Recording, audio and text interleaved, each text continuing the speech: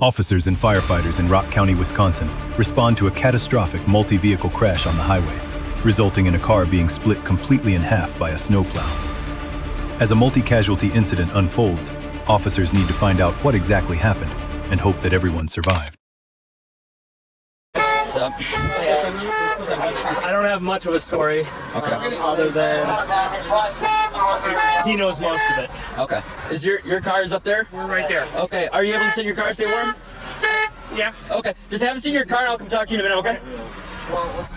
Fire and rescue are trying to get the man stuck underneath the vehicle out as quickly as possible. The crazy story of how the vehicle was split in half will soon be revealed by witnesses. Jeez. I don't have. Okay, so the other car is where? Over there? Right there, and then obviously plow truck up there. So it sounds like, from what I gathered, this car I believe was headed northbound, plow was headed southbound, or vice versa, and cut out in front of the one car, got hit by that car, and then right in front of the plow, obviously severed in half. Gotcha. Okay. Okay. Once I get more deputies out here, I'll start figuring out the up. Yeah. Sorry, I don't. Obviously, my concern is sales. Yeah, I got you, man. I'm gonna have these people take a seat in their car. Is there airbags ejected or anything? Airbag deployment, yes. Okay, sounds good. Okay. Hi there. I'm Deputy Lights from the Sheriff's Office. You guys are in that vehicle? Yes. Okay. Just kind of based on everything's going on right now, would you guys like to just have a seat in my squad car so you can stay warm? Yeah. Okay. We'll walk you back towards mine here. So did you guys saw what happened and all that stuff originally, or? We didn't see anything until we hit it. Okay. I talked to the guy in the vehicle that pulled over. Yep. And he said that I think he was following that car, and they hit some ice, they slid, and then the plow hit them, spun it into the middle, and then we hit them coming across. Okay. While this explanation describes most of how the crash occurred, it doesn't explain how the man trapped underneath the vehicle got there. Through further investigation, officers will soon find out. So just because there's like a bump in the back, I'll have one of you go on one side, one of you go on the other side, okay? Yep, absolutely. And then let me know if it's warm enough in there. I can turn it up, crank the heat or something. It's not looking good, homie. No? The car's up there. Fire's trying to get him out. He's pinned under the front wheel of the car. Was he a passenger or driver? Do you know? I'm thinking he's driver. The whole car's ripped in half. So these folks from this car over here are in the back seat of my car. Okay. Another car, I told that gentleman to have a seat in his car. I guess he saw it. Oh, okay. And then the plow truck's in front of him. So once we get this guy out and all that, then we can tag team it or whatever you want to do. Yeah, keep going up. They're in the back seat of the Charger. It should be unlocked.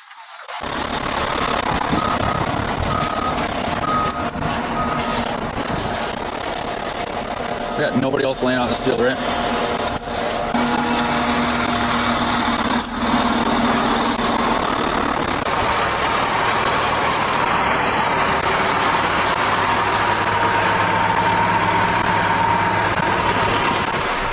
Firefighters are able to get the man stuck underneath the car out and need to get him to a hospital immediately. Which hospital you guys going to? UW? Okay.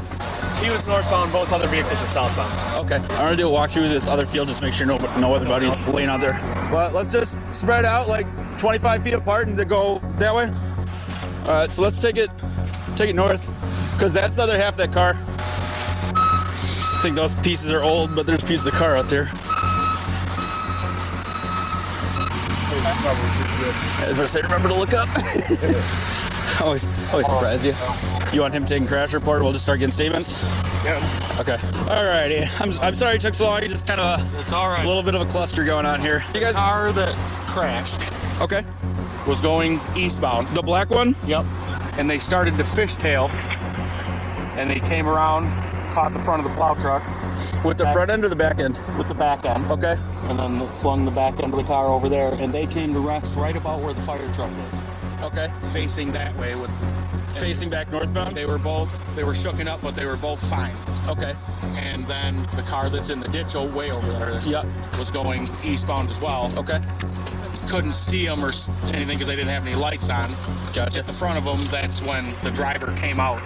Okay. And I was able to throw the car in reverse as that car was flying back at us, because we were right behind. We've been behind the plow since Janesville, doing 31 miles an hour. Yeah. And that, Well, the safest place normally is right by the plow. yeah, that's what I said. As soon as we passed him in Janesville, it's like, well, we'll just stay behind him. Hopefully Yeah. he goes all the way to Oregon. For sure. We're going. They just fishtailed right in front of the plow. They were fine until they got hit again and he came up. Gotcha. Okay. So what it sounds like happened is that black car was coming southbound around the corner, started to fishtail. The ass end clipped the front of the plow truck, spinning it around, and the back half like flew off. Right. It was in the middle of the road facing northbound. This car was still coming southbound. It didn't have any lights on it or anything like that, so they fucking clipped it. Did you figure out like what exactly happened, or did you get the whole story? I got the story from him. Okay. Dude was coming southbound. Yep. Lost it. He said it looked like his rear end came out. Yep. Caught the wing of the plow, and that's what ripped the vehicle apart. Yep. And then BMW came along, didn't see it, and just hit him. He was dead in the road. Yeah. And then it knocked him in. That's what I got out of the Honda too, but it sounds like the driver of the Ford was out of the vehicle when the vehicle got hit again. So that kind of explained him being probably under the tire. Okay. So yeah, it's not ejected, but it's probably all going, holy crap, it's got in a crash. Yeah. Now that officers have the details of what happened, they need to do field sobriety testing to confirm no one was under the influence. However, when the officer returns to his vehicle to get the male and female from earlier, he's met with a surprise.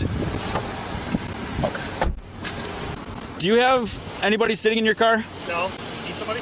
So the two people from the BMW were sitting in my squad. Now I don't know where the they're at. These people that were in my car are in this ambulance? Plow drivers in this one. You guys have the folks from the BMW? We do, yeah. Okay. We were just finishing up with them. So you guys were headed home, I'm assuming? Yeah, okay. Where are you guys coming from tonight? Musket Lounge on Monona Drive. Is that like a bar or something like that? Okay. Did you have any drinks or anything? She was drinking pretty good. I had a couple drinks and then I had 2 or 3 Diet Cokes at the end of the night. So. Okay. What do you typically drink, or what did you drink tonight? I had half a PBR, or like a third of a PBR. Okay. And then because I couldn't down it, then I had like 1.5,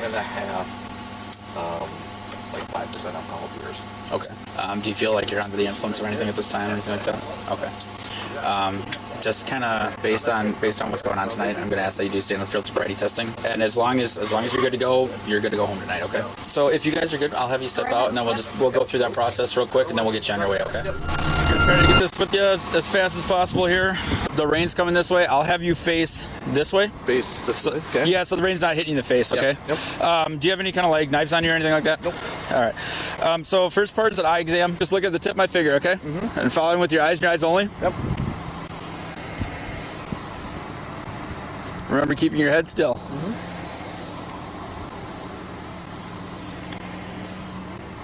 Okay. All right, so you can relax for a sec. Okay, so this next one's just a walking test, okay? Do you have anything going on with your ankles, knees, hips, injuries from the crash, or anything that would prohibit you from taking 9 steps heel to toe in a straight line? No. Okay. You're going to take 9 heel to toe steps in a straight line, and then 9 heel to toe steps on the way back, counting your steps out loud. So 9 forward, 9 back. Yep. All right, you may begin when you're ready. And I count them on as I go? Yep, count them, looking at the tips of your toes. Okay. 1, 2, 3, 4, 5, 6, 7, 8, 9. Start the left again. Yep. 1, 2, 3, 4, 5, 6, 7, 8, 9. So the next one's going to be a balance test. Okay, so that's going to be raising 1 foot of your choosing for a duration of time. You're going to count 1001, 1002, 1003, and so on until you're told to stop. When Sergeant Shower tells you to begin, you may begin the test. Go ahead and begin. Okay. 1, 2, 3, 4, 5, 28, 29, 30. Okay. So the next portion I'm going to ask is a preliminary breath test. Would you be willing to do that? Absolutely. Okay. Now this is going to be like blowing a balloon. What I want you to do is take a deep breath in and a strong, steady blow. Okay. You can go ahead. Hold it. Sure. Okay. All right. Deep breath in and go. Blow harder, harder, harder. Keep going, keep going, keep going, keep going, keep going. Perfect. All right. So you know the legal drink to live in the state of Wisconsin? 0.08. Correct. Do you believe you're above or below that? I believe I'm below. Okay. I believe you're below also. Can't see it. 0.012. Okay.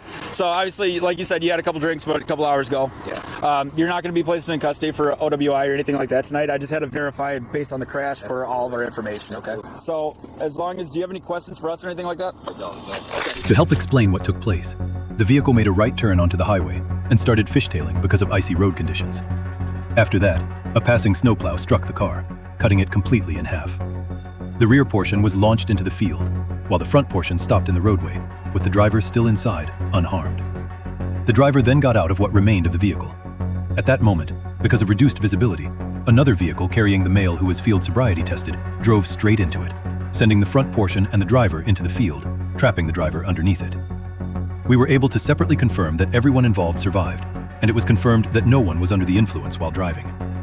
Under Wisconsin law, drunk driving is a non-criminal offense for the first 3 times caught. The state has some of the highest drunk driving fatality rates in the Midwest.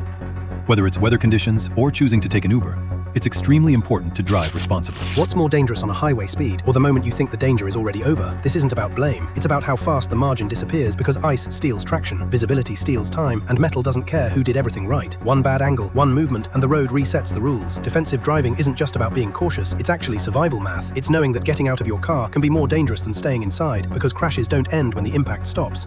Sometimes the deadliest moment comes after you think you survived. Remember, the road doesn't care if the crash is over because traffic is still coming.